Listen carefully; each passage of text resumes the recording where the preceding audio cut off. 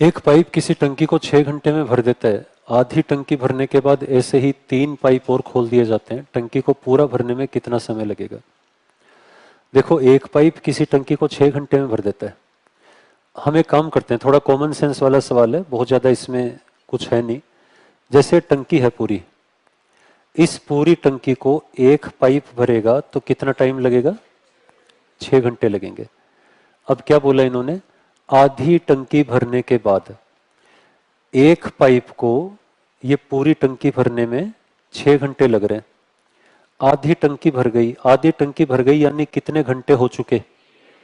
3 घंटे, याद रहेगा ना? तो 3 घंटे तो हो चुके। अब जब आधी टंकी बची हुई थी, यानी 3 घंटे में जिस टंकी को भरना था एक नल द्वारा, आ रहा है समझ? एक नल 3 घंटे में भरता, लेकिन अब नल कितने हो गए? 4। ये तो चेन रूल का केस हो गया। एक नल 3 घंटे में, तो 4 नल कितने घंटे में? 3/4 घंटे में। 3/4 घंटे यानी 45 मिनट। 3 घंटे पहले वाले, 45 मिनट अब वाले। आंसर क्या आ गया? 3 घंटे 45 मिनट। हाँ बोलिए।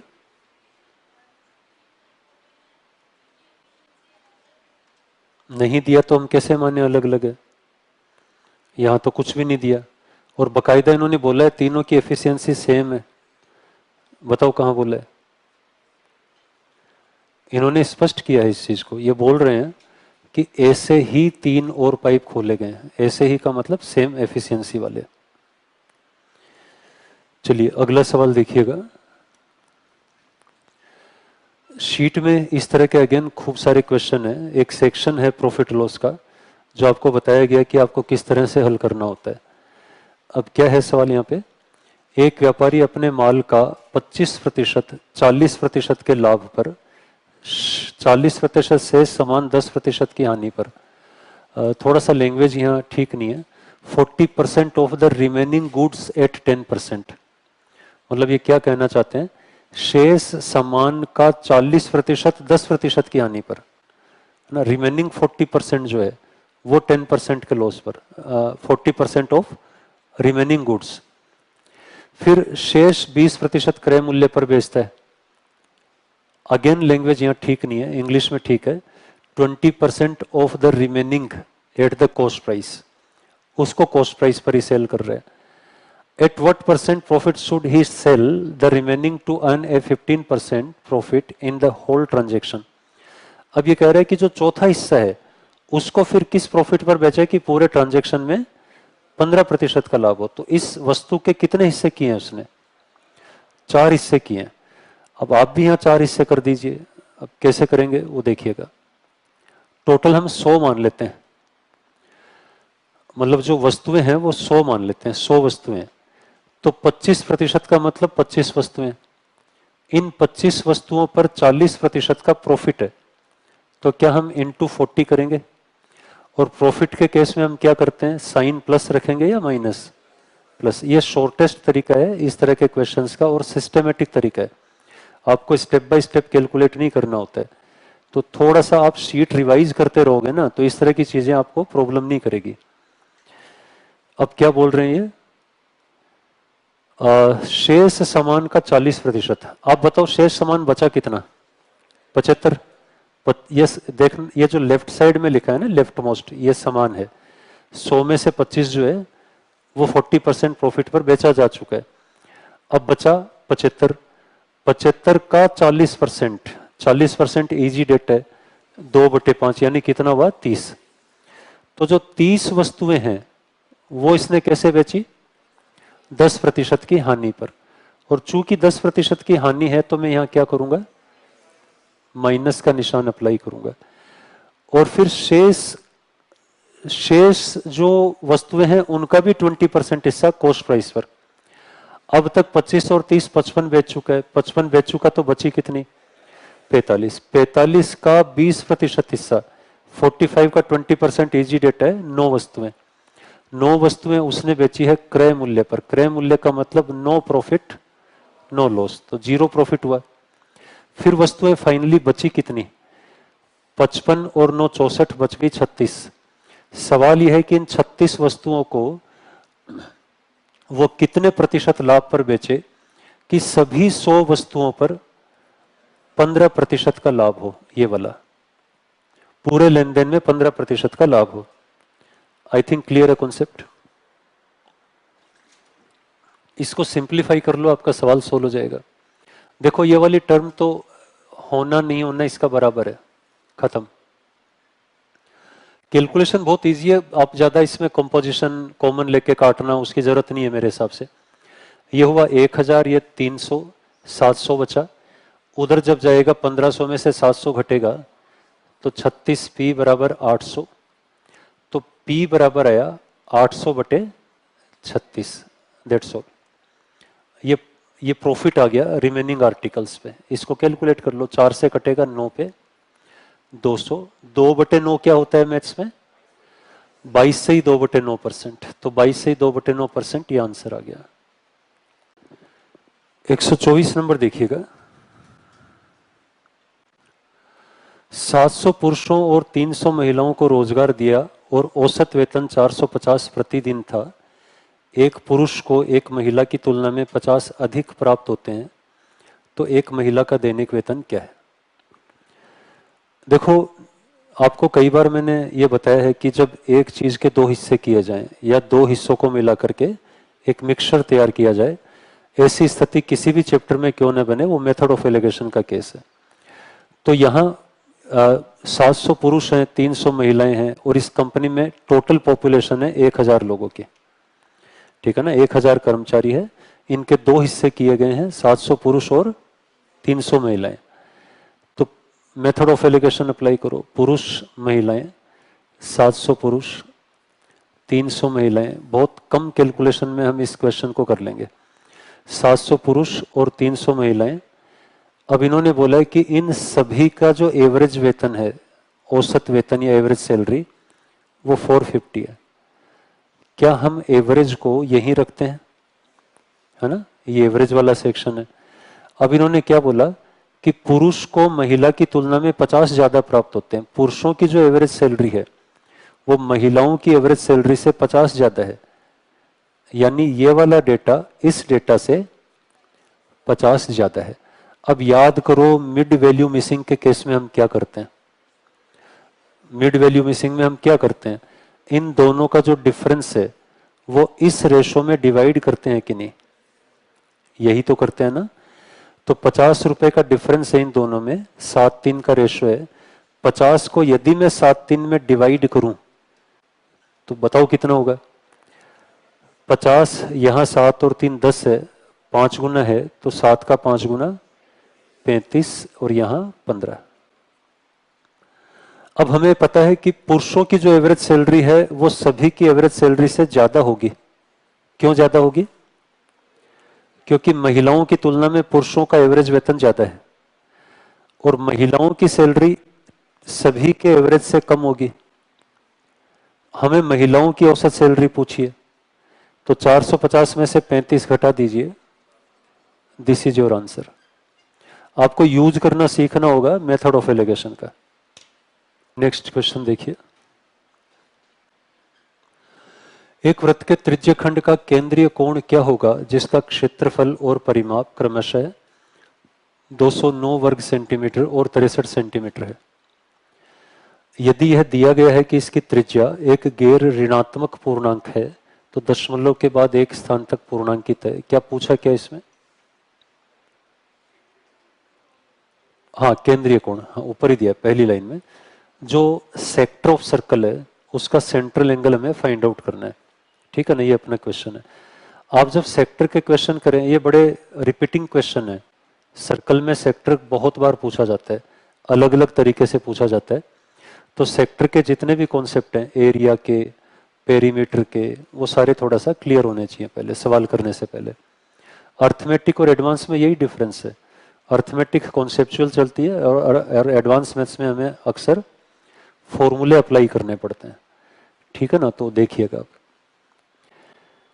एक वृत्त के त्रिज्य खंड का केंद्रीय कोण क्या होगा जिसका क्षेत्रफल और परिमाप क्रमशः 209 और 63 है। आप बताएं सेक्टर ऑफ सर्कल जो होता है उसका जो एरिया होता है वो क्या होता है?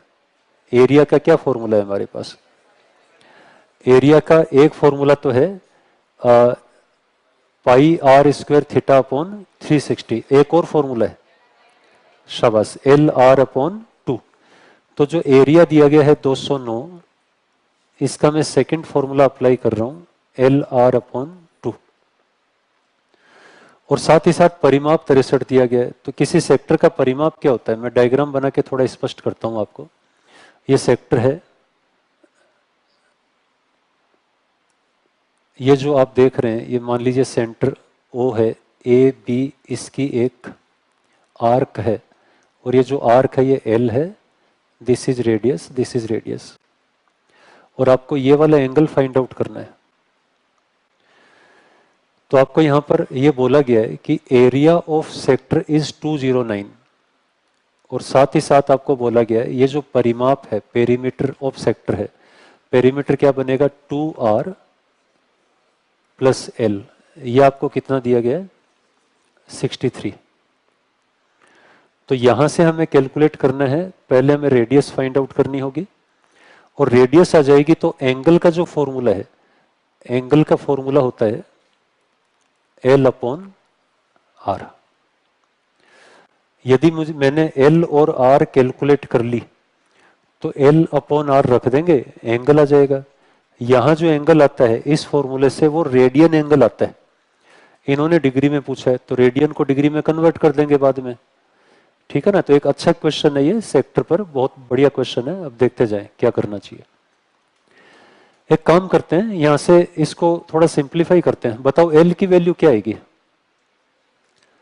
63 माइनस 2r, वो यहां रख देते हैं। इस 2 को इस तरफ ले आते हैं, 2 गुणा 209 बराबर, ये आया 63 माइनस 2r गुणा r। क्या ये एक क्वाड्रेटिक इक्वेशन बनेगी? अब क्वाड्रेटिक इक्वेशन बना के और उसको सोल्व करने के चक्कर में मत पड़ना।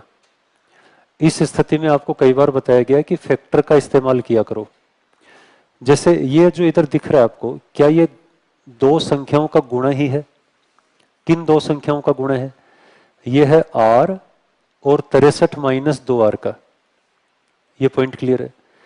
तो r और 63 माइनस 2r का गुणा ये है, तो इसका फॉर्मेशन भी हम कुछ ऐसा बना लें कि एक संख्या यहां है और दूसरी 63 माइनस इसका डबल है, तो r की वैल्यू डायरेक्ट पता चल जाएगी हमें, क्वाड्रेटिक तक नहीं जाना पड़ेगा। तो इसके फैक्टर करते हैं, 2 गुणा, देखो 9 और 2 11 है ये, तो 11 का मतलब ये हुआ कि ये 11 से कटेगा, तो 11 गुणा 11 एकम 11, 11 नम 99, ये मैंने फैक्टर कर लिया। अब इन फैक्टर में से कोई ना कोई एक तो रेडियस जरूर है, या तो 19 रेडियस है, या 11 है, या 2 है। 11 दूनी 22 हो सकती है, या 2 इंटू 19 38 हो सकती है। कैसे पता चलेगा हमें?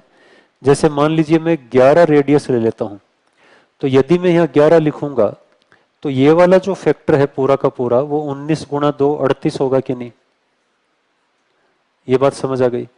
अब हमें सिर्फ ये देखना है कि 63 में से मैंने r यहां 11 माना है, तो 63 में से 11 का दुगुना 22 घटा दें तो ये बन रहा है क्या? ये तो नहीं बन रहा, यानी मुझे r कोई दूसरा ट्राई करना पड़ेगा। यहां मैं यदि 19 लेता हूं तो रिमेनिंग नंबर 22 है। अब 63 में से 19 का दुगुना 38 घटाएं तो भी ये नहीं आ रहा, फिर कितना बन रहा है? 25 बन रहा है, तो ये भी नहीं आ रहा। तो 11 दूनी 22 ट्राई करते हैं। मान लीजिए r 22 है, तो ये 19 होना चाहिए। अब 22 का दुगुना 44 63 में से घटाएं तो परफेक्टली 19 आ रहा है। इसका मतलब मुझे रेडियस यहां पर क्या मिली? 22। देखो किसी सवाल में इस तरह से सोचने में टाइम लगता है ना, तो उसका मतलब है कि उसमें हर तरह से सोचने में कहीं ना कहीं कैलकुलेशन आएगी। अब यदि आप इसको क्वाड्रेटिक बनाते हैं तो ये डेटा बहुत कॉम्प्लिकेटेड होते हैं। आपने घर पर जब सोल्व किया होगा तो कहीं ना कहीं कॉम्प्लिकेटेड कैलकुलेशन इसकी हो गई होगी। तो r तो मैंने ऐसे फाइंड आउट कर लिया, आगे का काम मुश्किल नहीं है। अब r की वैल्यू बताओ क्या निकल कर आई? 22। यदि मैं आर की वैल्यू 22 और आर आ गया यहाँ पे, आर में यहाँ 22 रख दूं, यहाँ रख देते हैं, 22 दूनी 44, उधर जाके घटा तो एल की वैल्यू 19 आई कि नहीं, यहाँ वैल्यू पुट कर दो तो एंगल क्या बनेगा, यहाँ पे रेडियन एंगल है ये, एल की वैल्यू है 19 और आर की वैल्यू है 22। बट प्रॉब्लम ये है कि ये रेडियन एंगल है। रेडियन को डिग्री में कैसे कन्वर्ट करते हैं, रेडियन को डिग्री में करते हैं 180 बटे पाई, और पाई का मान है 22 बटे 7, 7 ऊपर ले जाओ तो ये जो एंगल है अब ये डिग्री हो गया, अब हमारा आंसर डिग्री में आएगा। अब आसमान से गिरे खजूर में अटके, अभी भी कैलकुलेशन तो है, तो इसको कैलकुलेट करते हैं क्योंकि कट नहीं रहे डेटा ऊपर। कैलकुलेट करें तो 2 से जितना कट रहा है उतना तो काटें, 11, 90 और ये काटा 11 और यहाँ आ गया 45, तो ये बना अपने पास 19 गुणा 45 गुणा 7 बटे 121। अब कैसे सिंप्लीफाई करें, यहाँ ये जो सिचुएशंस होती है इन्हीं के लिए हमें थोड़ा सा मेहनत करनी होती है, यहाँ थोड़ा दिमाग लगाना होता है, और आपको सब चीज़ों के लिए मैंने सारी टेक्निक बता रखी है सिंप्लीफिकेशन क्लासेस में, कॉन्सेप्ट क्लासेस में। और जो कैलकुलेशन की टेक्निक हम लोग करते हैं वो बहुत प्रैक्टिकल होती है, वो दिखावटी टेक्निक नहीं है, वो सारी की सारी प्रैक्टिकली चैप्टर्स के दौरान काम आती है और बहुत ज़्यादा काम आती है। अब यहाँ देखो जो मुझे सूझ रहा है, मैं यहाँ क्या कर सकता हूँ, नहीं मैं यहाँ एक तो डिवीजन टेक्निक वाला नियम अप्लाई कर सकते हैं मल्टीप्लाई करके, है ना, 19 सत्ते 133 इंटू 45 करने के बाद कुछ बचेगा नहीं, क्योंकि मैं 121 को 100 में कन्वर्ट कर दूंगा, 100 में कन्वर्ट करके सवाल कर सीधा ही आंसर आ जाएगा। दूसरा एक फ्रैक्शन टेक्निक और आ रही है मेरे दिमाग में, एक काम करते हैं अपन दोनों ट्राई करते हैं, ठीक है ना, 1 बाय 1 दोनों टेक्निक लगाते हैं अपन। इसको थोड़ा सा आपको बताता हूं कैसे कैसे कर सकते हैं। देखो इतना तो क्लियर है, 19 सत्ते 133, 133 और 45 का गुणा कर लो, बस इतना ही एफर्ट होगा, उसके बाद सीधे हम सवाल कर लेंगे। क्या आएगा बताओ जरा, 15 का 5, 1 12 13 और 65 78 हासिल 7, 7 और 52 59,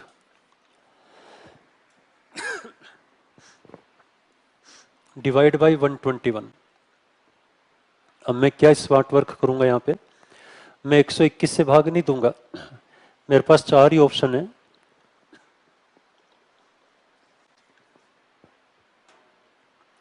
मेरे पास 4 ही ऑप्शन है यहाँ पे, तो मैं इसको अप्रोक्स कैलकुलेशन करूंगा, और अपनी जो अप्रोक्स कैलकुलेशन टेक्निक है उसमें डेसिमल के बाद 0.12 तक का भी डिफरेंस मतलब कवर हो जाता है, इतना ज़्यादा नज़दीक कैलकुलेशन हम करते हैं, आपने सीखी हुई है वो। अब आपको सिर्फ ये दिमाग लगाना है कि ऊपर वाली संख्या नीचे वाली की कितने गुना है, और यहाँ डिजिट कटिंग से दिमाग लगाया करो, एक डिजिट से एक डिजिट काटा, कितने डिजिट बचने तक काट सकते हो, 2, तो ये लगभग 600 मान लें, 12 मान लें, तो आप ये बताइए कि ये लगभग लगभग ऊपर वाली संख्या 50 गुना है कि नहीं, है ना। तो यदि मैं इसमें से 21 लेस कर दूं, 21 घटा दूं मैं, वैसे तो क्या 12 का भाग भी दे दोगे तो ये हो जाएगा, आपका आंसर आ जाएगा। आप 121 की जगह 120 का भाग दोगे, उससे भी आंसर आ जाएगा। मैं अभी दोनों तीनों सारे तरीके बताता हूं आपको इसमें। तो पहले मैं क्या कर रहा हूं, 21 लेस कर रहा हूं, 21 लेस करने से नीचे 100 हो गया, तो सवाल एक झटके में 100 होगा। अच्छा, ऊपर वाली संख्या नीचे वाली की 50 गुना है, तो ऊपर क्या लेस करेंगे, 21 का 50 गुना यानी 1050, इसमें से 1050 लेस कर देंगे, 5 में से 5, 8 में से 5 3, और ये आ गया 49.35। देखो जरा ये आ रहा है कि नहीं, यस। इसके सबसे नजदीक कौन सा ऑप्शन है, सी, 49.35 यानी 49.4, 49.5 आंसर है, तो हम नजदीक पहुंच गए। इन्होंने भी क्या बोला है, दशमलव के बाद 1 अंक तक पूर्णांकित, यानी ये एग्जैक्ट आंसर नहीं है, इसके आसपास ही हम पहुंचेंगे। तो एक तरीका तो ये हुआ।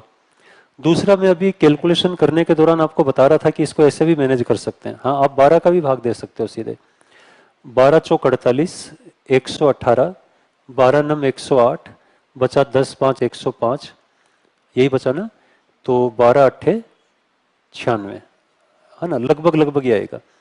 अच्छा, ये 49.8 क्यों आया, ज्यादा क्यों आ गया थोड़ा, क्योंकि मैंने 121 को क्या माना, 120, अब वापस 121 मानूंगा तो थोड़ा तो कम आएगा ना, ये आंसर आ जाएगा 49.5। तीसरा एक इंटरेस्टिंग टेक्निक और देखो यहाँ पे, वो क्या कर सकते हैं। मैं यहाँ क्या कर रहा हूँ, 19 × 7, जब ये लिख रहा था ना उस समय मेरे दिमाग में आ रहा था कि इसको ऐसे ट्रीट कर सकते हैं, फ्रैक्शन टेक्निक। 19 × 7 = 133। 133 में 11 का भाग लगभग लगभग पूरा ही जा रहा है। देखो 132 तक 12 बार जाता है, तो 133 में क्या करूंगा, 19 × 7 = 133/11 तो अलग लिख लूंगा। 133 में 11 का भाग 12 बार जा रहा है कि नहीं, तो ये बनेगा 12 सही 1/11। इसी तरह 45/11 को अलग ले लूंगा, ये बनेगा 4 सही 1/11। और इस तरह की फ्रैक्शन को गुणा कैसे करते हैं हमने सिंप्लीफिकेशन में सीखा है। आप क्या करोगे यहाँ पे, 12 का 4 गुना 48, अब 12 का 1/11 से गुणा, तो 12/11 लगभग लगभग 1 हो गया, हम अप्रोक्स कैलकुलेशन कर रहे हैं, प्लस 4/11 यानी 11 4/11 लगभग 0.4 के आसपास आ जाएगा, प्लस 1/11 गुणा 1/11 यानी 1/121। इसकी जरूरत नहीं है क्योंकि 0.0 समथिंग आएगा। 48 और 1 49.4, ये आपका आंसर आ गया। तो कितने तरीके हैं, आपको मैंने कई बार बोला है, इसलिए मैं बोलता हूं कि कैलकुलेशन प्रैक्टिस करो, एनालिसिस करो, क्योंकि हर सवाल में कहीं ना कहीं काम आती है। ये लिख लीजिए। अगला सवाल देखो, एक विक्रेता 2 किलोग्राम वजन के स्थान पर गलत वजन का उपयोग करता है और 25% लाभ अर्जित करता है। उसका दावा है कि वह ग्राहकों को क्रय पर बेच रहा है लेकिन गलत वजन का उपयोग करता है। अभी थोड़ी देर पहले किया वही सवाल है ये। ओवरऑल प्रॉफिट उसका कितना हो रहा है यहाँ पे, 25% का। 25% यानी फ्रैक्शन क्या बनेगी, 5/4। और बेचते समय वो बेईमानी कर रहा है, बेचते समय वो क्या कर रहा है, 2 किलोग्राम की जगह गलत वजन का प्रयोग कर रहा है। तो जो भी गलत वजन वो प्रयोग में ले रहा है उसके उसके अगेंस्ट वो 2 किलोग्राम के पैसे ले रहा है। तो रोंग वेट की तुलना में वो कितने ग्राम के पैसे ले रहे हैं, 2000 ग्राम। तो यहां से रोंग वेट कैलकुलेट हो जाएगा। 5 ही डायमेंशन है, इन 5 डायमेंशन को क्लियर रखो। 5 में से कितने डायमेंशन का सवाल है ये 2 ही डायमेंशन का है ना। यहां और कोई चीज तो दी नहीं इन्होंने, आ रहा है समझ, बस कैलकुलेट कर लो। हैं क्या बोल रहे हो,